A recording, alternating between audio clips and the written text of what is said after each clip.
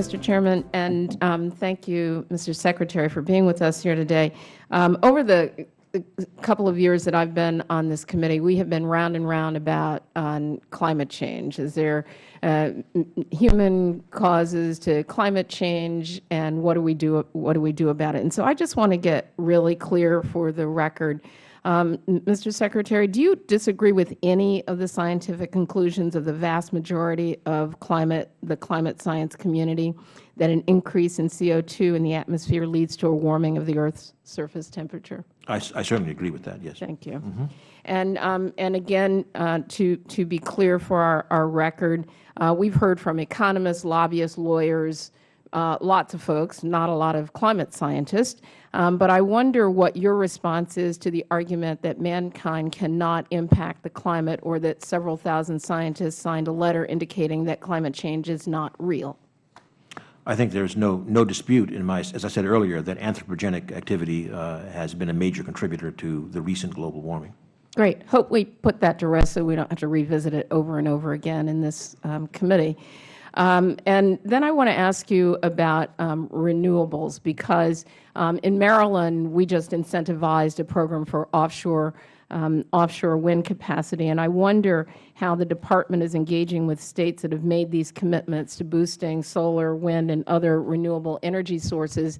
And if you have a comment, if you will, about I have a pet peeve about electric vehicles, and it's that our Department of Energy and other departments haven't actually worked with local planners and regional planners to develop the kind of infrastructure that we need to fully implement these new technologies. And then I wonder if you could also comment on the impact, as we see an increase in production of natural gas, the impact on our ability to commit the resources that we need in an environment where fuel costs, a lot of fuel costs are pretty stable, and so we don't have the anxiety about energy in the same way, and how that impacts your ability to drive an agenda that is, results in us making investment in technologies for energy efficiency.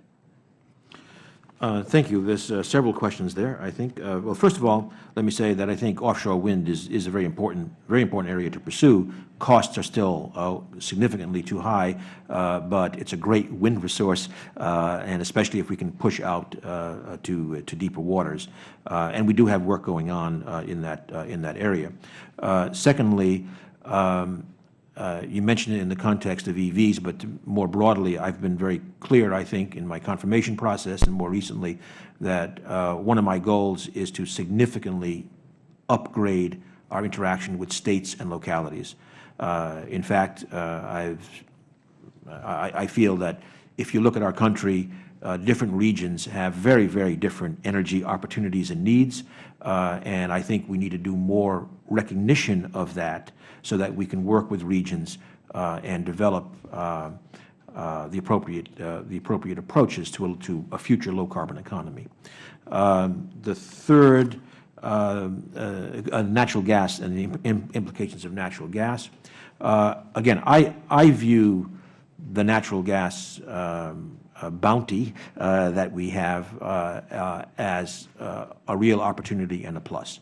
I believe it's an opportunity ultimately for getting that bridge to a low-carbon future.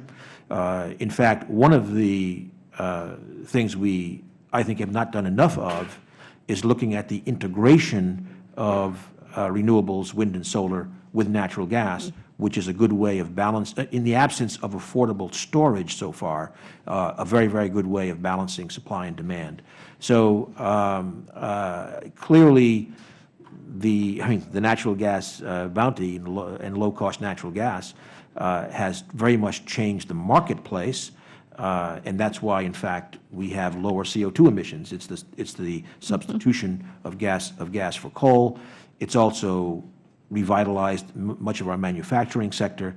So I think the issue is to integrate gas, recognize gas as part of the solution going forward. In the meantime, what's critical is continuing the investments in innovation, because what we have to do, just like gas prices have come down, we have to lower the costs of alternative technologies. Right. Thank you very much. Mr. Chairman, I yield.